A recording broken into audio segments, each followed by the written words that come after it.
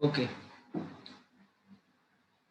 ठीक है बच्चों, देखो तो लास्ट क्लास में हम लोगों ने डिस्कशन किया था how can we determine the distances of inferior planets, है ना।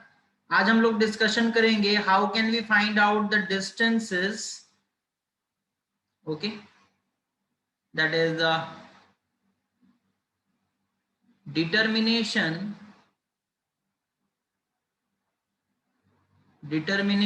of distances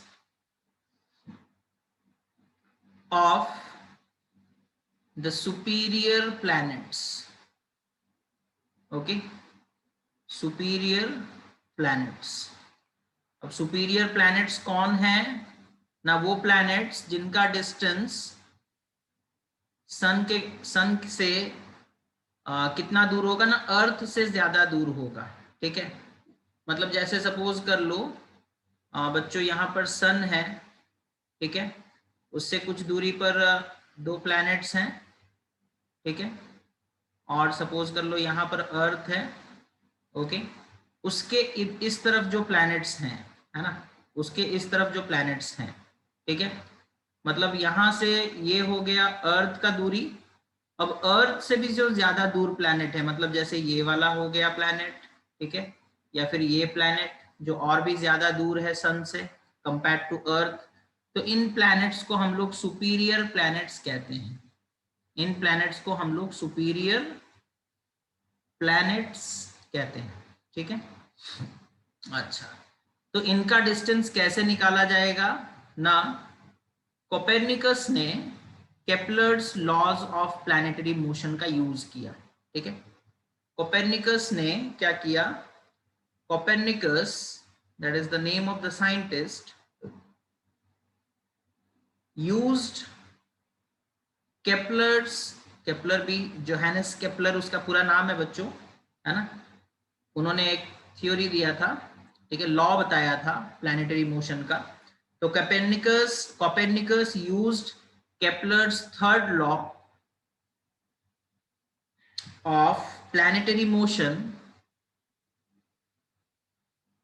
of planetary motion to determine, okay, to determine the distances, to determine the distances of the superior planets,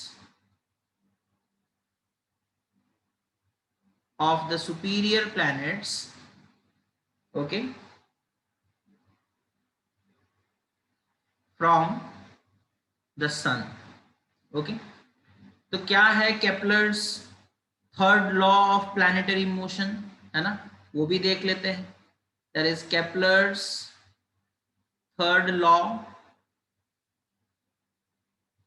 of planetary motion. देखो बच्चों क्या है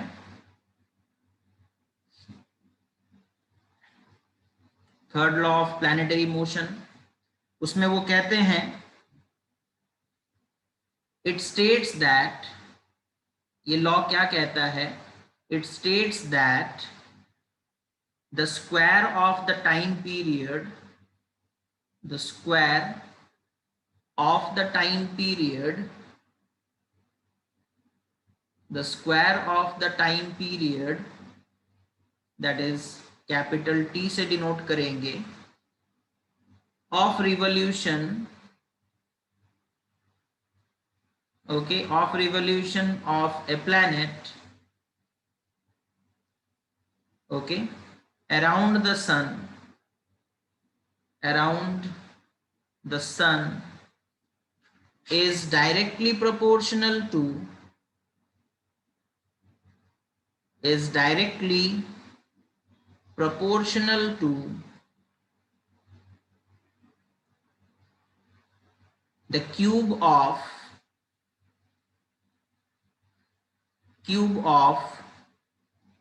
the semi-major axis, the cube of the semi-major axis, that is r, of its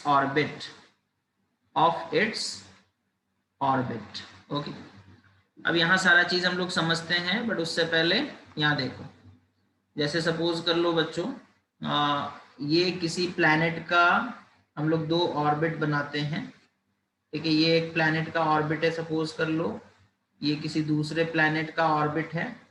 orbits they are generally elliptical in shape, okay. Orbits जो होते हैं वो elliptical shape के होते हैं, और सन जो है वो दोनों में से किसी एक फोकस के ऊपर होगा, ठीक है। जैसे सपोज कर लो सन यहाँ पर है बच्चों, ठीक है, sun is somewhere over here, okay, sun is somewhere over here. अब यहाँ देखो, ये जो ऑर्बिट बना ना, ठीक है, किसी भी प्लैनेट का, जैसे सपोज कर लो 2 प्लैनेट्स भी ले लेते हैं। सपोज यहाँ पर एक प्लैनेट है, ठीक है, वो अपने ऑर्बिट में घूम रहा है, और सपोज कर लो यहाँ पर एक प्लैनेट है, वो अपने ऑर्बिट में घूम रहा है, ठीक है। तो अलग अलग प्लैनेट्स अपने अपने ऑर्बिट्स में घूम रहे हैं, ठीक है। अच्छा, अब यहाँ पर देखो सेमी मेजर एक्सिस का मतलब क्या है। यहाँ पर देखो, ये जो ऑर्बिट है अंदर वाला, ठीक है, उसके 2 हम यहाँ से एक कट प्रोड्यूस करते हैं इस तरीके से, ठीक है। इसे हम लोग माइनर एक्सिस कहेंगे, और ये जो हम यहाँ से लेकर के यहाँ तक जोड़ेंगे बच्चों, इसे हम लोग मेजर एक्सिस कहेंगे, ठीक है। इसे हम लोग क्या कहेंगे, मेजर एक्सिस, ओके। अब यहाँ से यहाँ तक का जो डिस्टेंस है, सेंटर से लेकर के यहाँ से यहाँ तक का जो डिस्टेंस है, उसे हम लोग कहते हैं सेमी मेजर एक्सिस। उसे हम लोग क्या कहते हैं बच्चों, semi major axis, semi major axis.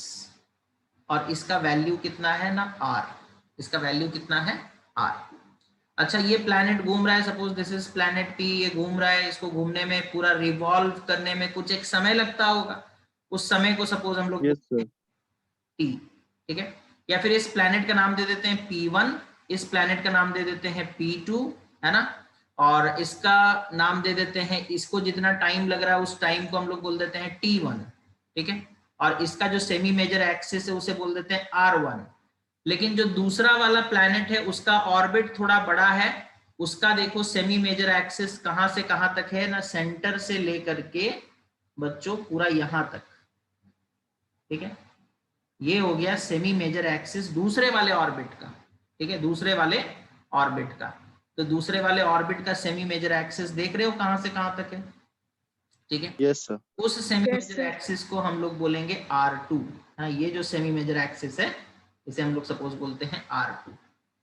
तो केपलर्स लॉ क्या कहता है, देखो यहाँ पर स्टेटमेंट देखोगे, the square of the time period, square of time period यानी कि T1 स्क्वायर या फिर T2 स्क्वायर। प्लैनेट P1 का टाइम कितना है, T1 हमने माना है, तो उसका स्क्वायर। प्लैनेट P2 का टाइम हमने कितना माना है, T2, तो उसका square.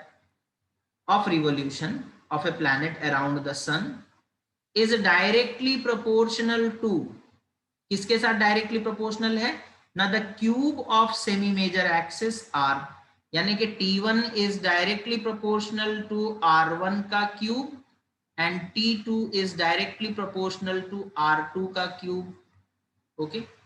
T1 square is directly proportional to R1 का cube and T2 square is directly proportional to R2 का क्यूब, ओके। तो यहां देखो इस तरीके से केपलर्स का थर्ड लॉ स्टेट किया जाता है। समझ में आ रहा है केपलर्स का थर्ड लॉ क्या है? Yes sir. Yes sir. Yes sir. Yes sir. तो इन दोनों इक्वेशंस को, सपोज ये इक्वेशन 1, ये इक्वेशन 2, इन दोनों इक्वेशन से from equation 1 and 2, from equation 1 and 2 we can write that is T1 square by T2 square, उनका रेशियो अगर निकालेंगे तो it will be equal to R1 cube divided by R2 का cube, okay. और या फिर हम लोग लिख सकते हैं, इसे और थोड़ा कॉम्प्लिकेटेड करके लिखा जा सकता है, that is R1 by R2 is equal to T1 by T2 का पावर 2/3, ठीक है। पावर कितना हो जाएगा, 2/3।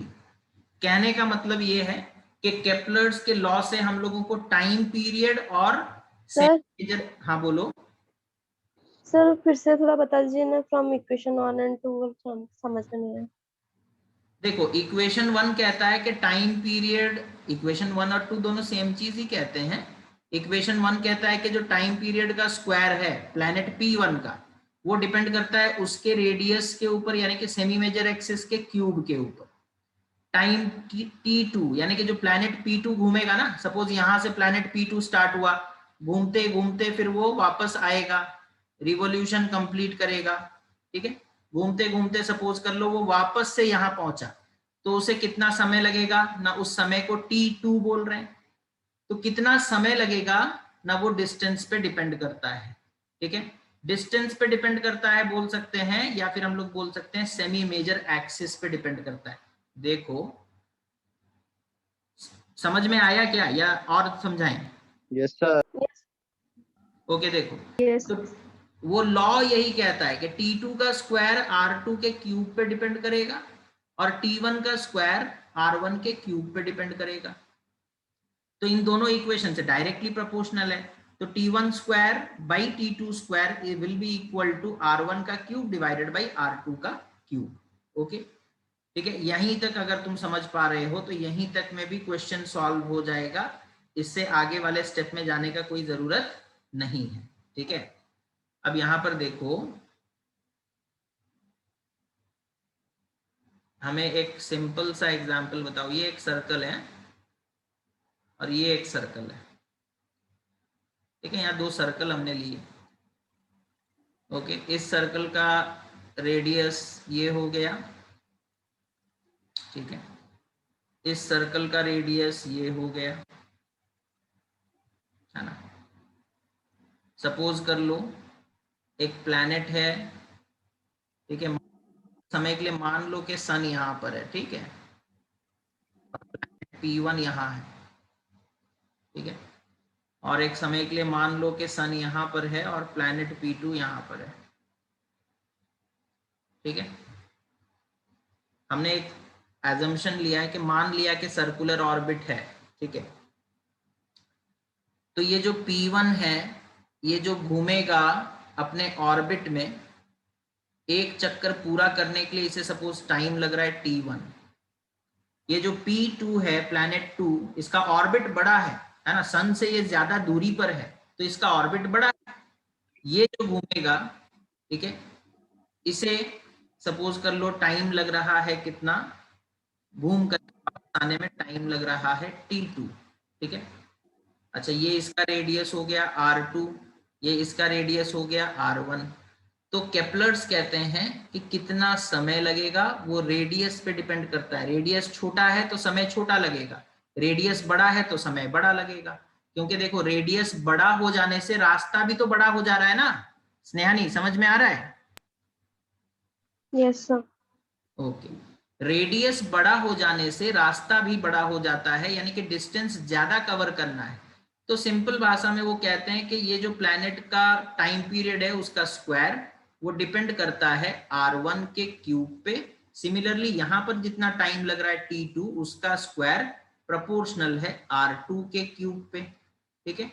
ये उन्होंने अपने एक्सपेरिमेंट से ये रिजल्ट निकाला, ठीक है। उन्होंने काफी सारे एक्सपेरिमेंट्स किए थे, है ना। ढेर सारे एक्सपेरिमेंट्स करने के बाद जाकर के वो इस नतीजे पर पहुंचे कि यहाँ पर जो टाइम पीरियड लग रहा है उसका स्क्वायर दरअसल उसके रेडियस के क्यूब पे डिपेंड करता है, और यहाँ पर जो टाइम लग रहा है उसका स्क्वायर इसके रेडियस के क्यूब पे डिपेंड करता है। तो इन दोनों चीजों को अगर हम लोग कंपेयर करेंगे तो हम लोग लिख सकते हैं T1 square by T2 square will be equal to R1 cube by R2 का क्यूब। ओके, अब इसमें से अगर हम लोगों को तीन वैल्यूज पता हो, if three data are given to us, then we can find out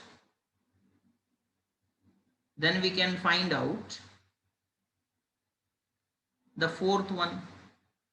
अब इसमें से चार वेरिएबल है T1, T2, R1, R2। चार में से किसी तीन का वैल्यू अगर हमें दिया गया होगा तो फोर्थ का वैल्यू हम लोग निकाल सकते हैं। और ये इक्वेशन हम लोग निकाल पाए हैं by the help of Kepler's third law of planetary motion, है ना? समझ में आया? Yes, sir. Yes, sir. Yes. तो यहाँ पर हम लोग उसी चीज के बारे में बात कर रहे थे बच्चों, है ना? सबसे पहला चीज तुम्हें पता होना चाहिए सेमी मेजर एक्सिस का मतलब क्या है, ठीक है? और उसके बाद टाइम पीरियड तो जानते ही हो, the time taken for one revolution by the planet around the sun. Sun के चारों तरफ घूमने में प्लैनेट को जितना समय लगता है उसी को हम लोग टाइम पीरियड कहते हैं। और सेमी मेजर एक्सिस जो हो गया वो यहाँ पर डायग्राम बना करके दिखा दिया गया है। आई होप के समझ में आ गया होगा semi major axis Yes, sir. कहते हैं, ठीक है? Yes. Yes, sir. तो ये हो गया बच्चों। अब उसके बाद आते हैं हम लोग, दैट इज अनदर मेथड जिसे हम लोग कहते हैं laser method.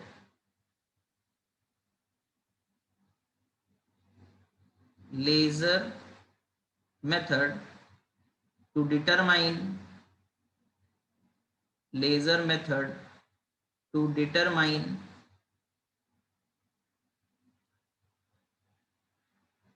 the distance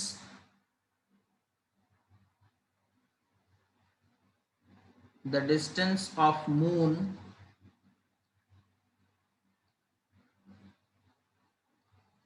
from earth।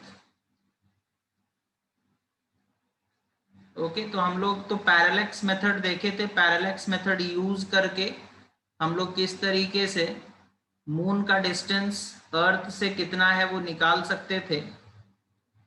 अभी हम लोग बात करेंगे लेजर मेथड के बारे में। प्रत्युष बता सकते हो लेजर का डेफिनेशन क्या है? सर लेजर का हाँ, लेजर डेफिनेशन है उसका फुल फॉर्म। सर हम बताएं? Just wait for a minute.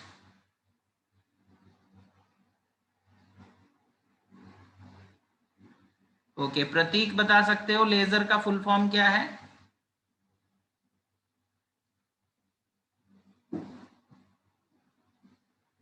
नहीं सर, पूरा याद नहीं। ओके, बोलो सही Ashutosh.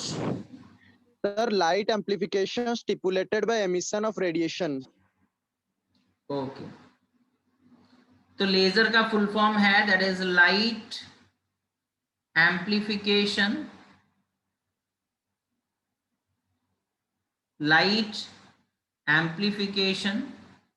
by stimulated emission of radiation। ठीक है, तो यहां पर इनिशियल देख सकते हो, यहाँ L है, यहाँ A, यहाँ S, यहाँ E और यहाँ पर R। ठीक है, तो ये मिलकर के बनता है लेजर, है ना? शॉर्ट फॉर्म में हम लेजर बोल देते हैं, ठीक है? बट उसका फुल फॉर्म ये है that is light amplification by stimulated emission of radiation, है ना? तो लेजर होता क्या है बच्चों? देखो, लेजर अगर हम लोग बोलेंगे तो it is a monochromatic light. Okay, laser is a monochromatic light। monochromatic, mono means one, okay? chromatic means color, okay? तो सिंगल कलर लाइट को हम लोग मोनोक्रोमैटिक कहते हैं, single colour light. Okay, laser light देखे हो बच्चों? Yes sir. Sir. Yes sir. वो एक आता है ना छोटा सा रेड कलर का, उससे लाइट निकलता है, लेजर लाइट बोलते हैं हम लोग, है ना? Yes, sir. Okay, yes sir. तो सिर्फ रेड नहीं आता, और भी डिफरेंट कलर्स का आता है, लेकिन रेड ज्यादा यूज किया जाता है। क्या बता सकते हो इसका रीजन क्या है? Why red colour is mostly used in laser lights?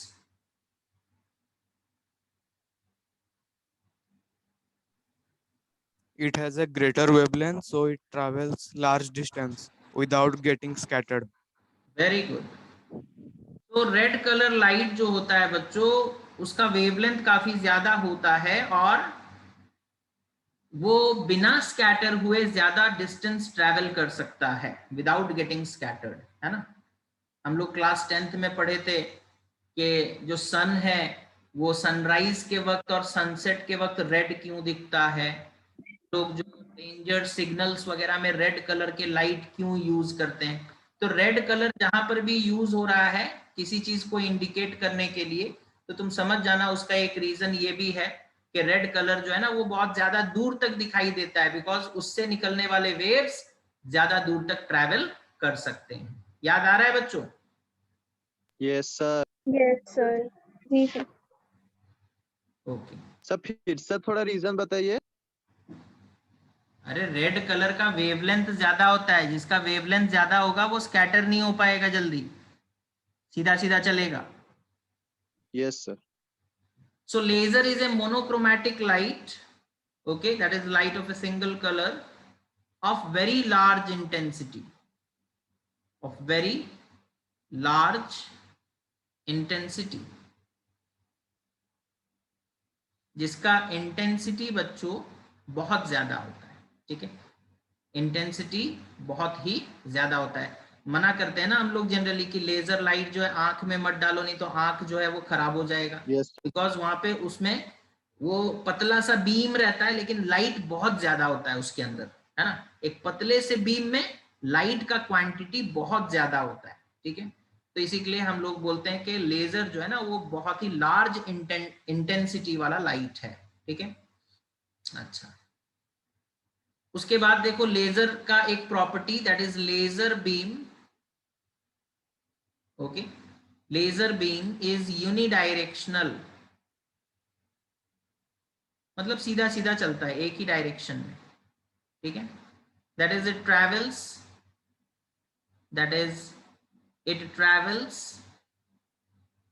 In a straight line, it travels in a straight line, okay, without any significant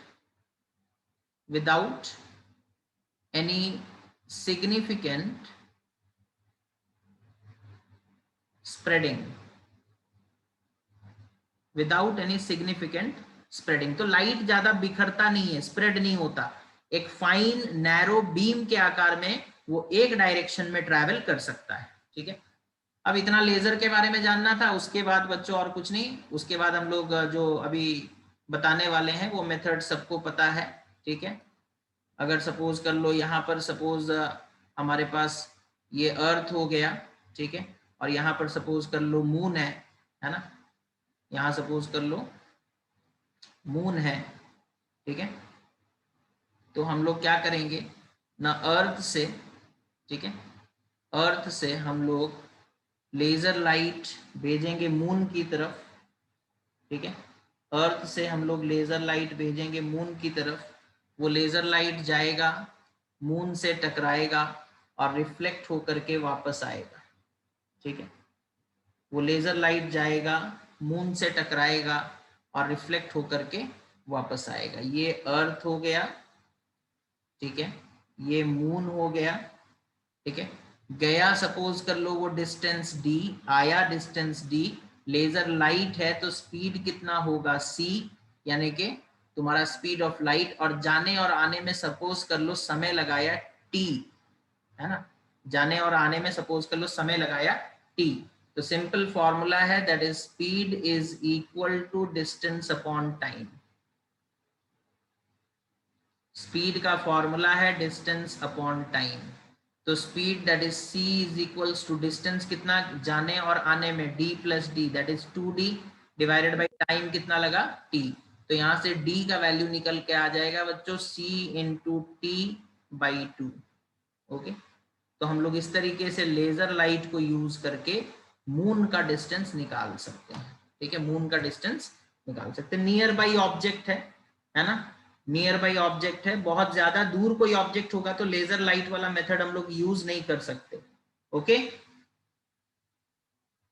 समझ यस सर। गया? Sir. जी sir. Yes, sir. Yes sir. Okay, तो ये था बच्चों measurement of distance यानी कि length, है ना, मेजरमेंट ऑफ डिस्टेंस या फिर लेंथ हम लोग बोल सकते हैं। ओके, अब उसके बाद हम लोग आगे बढ़ते हैं और अपने नेक्स्ट टॉपिक की तरफ, that is measurement of mass. Sir small distances को मेजर करने का कोई फॉर्मूला नहीं है? Formula? Yes sir. Sir small distances किसी में मेजर नहीं कर सकते? हाँ हाँ, स्मॉल कोई मेथड नहीं है? कैसे नहीं है? स्मॉल डिस्टेंसेस मेजर करने के लिए हमारे पास वर्नियर कैलिपर्स है, हमारे पास स्क्रू गॉज है, नहीं है क्या? Yes sir. ऑब्वियसली है। ठीक है, तो जैसे अगर सपोज कर लो स्मॉल डिस्टेंसेस मेजर करना है, ठीक है, स्मॉल डिस्टेंसेस, ओके, जैसे कि distance less than 1 millimetre, okay, 1 millimetre से भी कम डिस्टेंस अगर हम लोगों को मेजर करना होगा तो हम लोग एक तो वर्नियर कैलिपर्स का हेल्प ले सकते हैं, ठीक है, वर्नियर कैलिपर्स का हेल्प ले सकते हैं, और एक हम लोग स्क्रू गॉज का हेल्प ले सकते हैं, ठीक है, ओके। तो वर्नियर कैलिपर्स बच्चों एक ऐसा इंस्ट्रूमेंट है, ठीक है, एक ऐसा इंस्ट्रूमेंट है, वर्नियर कैलिपर एक ऐसा इंस्ट्रूमेंट है जो कि हम लोगों को हेल्प करता है, it helps us to measure distances, okay, correct up to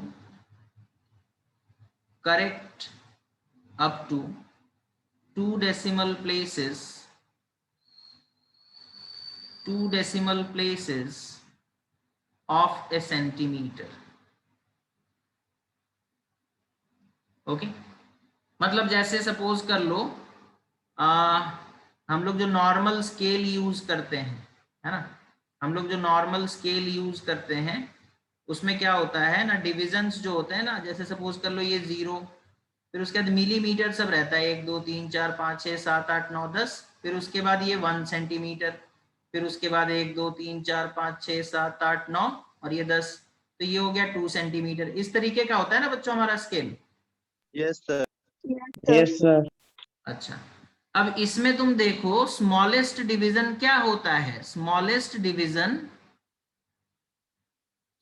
division हमारा होता है मिलीमीटर, दैट इज हम लोग इस स्केल को यूज करके मिनिमम 1 मिलीमीटर मेजर कर सकते हैं, है या नहीं? Yes sir. 1 मिलीमीटर, या फिर हम बोल दे 0.1 सेंटीमीटर, मतलब सेंटीमीटर में देखो डेसिमल के बाद एक ही डिजिट आ रहा है, तो इस स्केल का लीस्ट काउंट कितना है ना, 0.1 सेंटीमीटर, डेसिमल के बाद एक ही डिजिट तक एक्यूरेटली ये मेजर कर सकता है अगर मेजरमेंट करेंगे सेंटीमीटर में। तो इतना समझ में आया क्या बच्चों? Yes sir. Yes, sir. Yes, sir. Sir. Okay, but मान लो अगर कोई लेंथ इससे भी छोटा हुआ, अगर कोई लेंथ इससे भी छोटा हो गया तो फिर क्या करेंगे? तब तो ये स्केल यूज नहीं कर सकते, है ना। अगर डिस्टेंस लेस देन 1 मिलीमीटर है तो फिर तो ये स्केल यूज नहीं कर सकते ना, उसके लिए हम लोग वर्नियर कैलिपर यूज कर सकते हैं बच्चों। ये डेसिमल के बाद 2 डिजिट तक मेजर कर सकता है सेंटीमीटर में, मतलब वर्नियर स्केल जो है वो 0.01 सेंटीमीटर तक भी मेजरमेंट कर सकता है। समझ में आया? Yes Yes, sir. sir. Yes, sir. Okay, अब वर्नियर कैलिपर्स के बारे में पढ़ना तो नहीं है शायद, हमें नहीं लगता। सर क्या? वर्नियर कैलिपर्स के बारे में एनसीईआरटी में पढ़ाया गया है क्या? नहीं। अच्छा ठीक, तो फिर इतना ही जानना जरूरी है, ठीक है। कैसे मेजरमेंट होता है वो प्रैक्टिकल में समझोगे, ठीक है। Yes sir. प्रैक्टिकल होता है ना, इसके ऊपर प्रैक्टिकल इसी के लिए रख दिया गया है। एनसीईआरटी में इसका थ्योरी नहीं है बच्चों, एनसीईआरटी में इसका थ्योरी नहीं दिया गया है, ठीक है। डायरेक्ट प्रैक्टिकल में हम लोग सीखते हैं कि वर्नियर कैलिपर को कैसे यूज किया जाता है, ओके, अदरवाइज इसका थ्योरी बहुत बड़ा है ना। तो लीस्ट काउंट का मतलब समझे, यहाँ पर एक टर्म आया लीस्ट काउंट। लीस्ट काउंट हो गया स्मॉलेस्ट मेजरमेंट। लीस्ट काउंट क्या हो गया? Smallest measurement that can be done, that can be taken by an instrument, that can be taken by an instrument accurately। सबसे छोटा मेजरमेंट जो एक इंस्ट्रूमेंट कर सकता है, हम लोग उसको उसका लीस्ट काउंट कहते हैं। जैसे ये जो हमारा हम लोग जो स्केल यूज करते हैं, इसका लीस्ट काउंट 1 मिलीमीटर है, इससे कम वो नहीं कर सकता, है ना। लेकिन वर्नियर कैलिपर का लीस्ट काउंट कितना है? 0.01 सेंटीमीटर, ठीक है। इससे भी कम हो सकता है, लेकिन डेसिमल के बाद 2 डिजिट रहेगा, ठीक है। इससे भी कम हो सकता है, लेकिन डेसिमल के बाद 2 डिजिट रहेगा, अदरवाइज फिर उस इंस्ट्रूमेंट को यूज करना ही डिफिकल्ट हो जाएगा। उसके बाद स्क्रू गॉज बच्चों। स्क्रू गॉज एक ऐसा इंस्ट्रूमेंट है जो वर्नियर कैलिपर से भी छोटा मेजरमेंट कर सकता है, ठीक है। ओके, स्क्रू गॉज एक ऐसा इंस्ट्रूमेंट है जो हेल्प करता है, it helps us to determine, it helps us to determine the distances correct up to 3 decimal places of a centimeter, ठीक है। मतलब अगर स्क्रू गॉज यूज करके तुम मेजरमेंट कर रहे हो, ठीक है, तो तुम डेसिमल के बाद 3 डिजिट तक मेजर कर सकते हो सेंटीमीटर में। मतलब 0.001 सेंटीमीटर होगा तो भी स्क्रू गॉज मेजर कर पाएगा, है ना। इसका लीस्ट काउंट कितना है ना? 0.001 मिली सेंटीमीटर। समझ में आ रहा है बच्चों? Yes, sir. Yes, sir. Yes, sir. Okay, तो ये कुछ इंस्ट्रूमेंट्स हो गए जिनको यूज करके हम लोग स्मॉलर डिस्टेंसेस या small distances less than 1 millimetre को मेजर कर सकते हैं। यहाँ पर एक टर्म आया लीस्ट काउंट, मतलब एक्सपेक्ट के सबको समझ में आ गया होगा लीस्ट काउंट क्या होता है। Yes, sir. Yes, sir. Yes, sir. अब अगर उससे भी छोटा मेजरमेंट करना होगा तो फिर ऑप्टिकल इंस्ट्रूमेंट का हम लोग हेल्प लेते हैं, ठीक है। सपोज कर लो मेजरमेंट करना है 10⁻⁻7 मीटर, यानी कि 10⁻⁻5 सेंटीमीटर, ठीक है, यानी कि 0.00001 सेंटीमीटर। इतने तक भी अगर हमें मेजरमेंट करना है, ठीक है, ये और भी छोटा डिस्टेंस हो गया, है ना, ये और भी छोटा। अब तुम बोलोगे डे लाइफ में, तो डे टू डे लाइफ में इसका कोई एप्लीकेशन नहीं है, ये रिसर्च और साइंटिफिक पर्पस के लिए ही यूज किया जाता है ये सब इंस्ट्रूमेंट, है ना। तो अगर इतना छोटा मेजरमेंट होगा, ठीक है, दैट इज 0.0001 सेंटीमीटर, ठीक है, इतना छोटा मेजरमेंट, तो फिर हम लोगों को और भी अलग अलग डिवाइसेस आते हैं बच्चों। जैसे एक आता है तुम्हारा सेंसिटिव, उसके नाम में ही सेंसिटिव लिख दिया गया है, सेंसिटिव ऑप्टिकल माइक्रोस्कोप,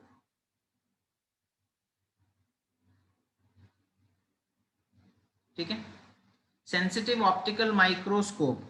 ये 10⁻⁻10 मीटर तक का डिस्टेंस मेजर कर सकता है, ठीक है।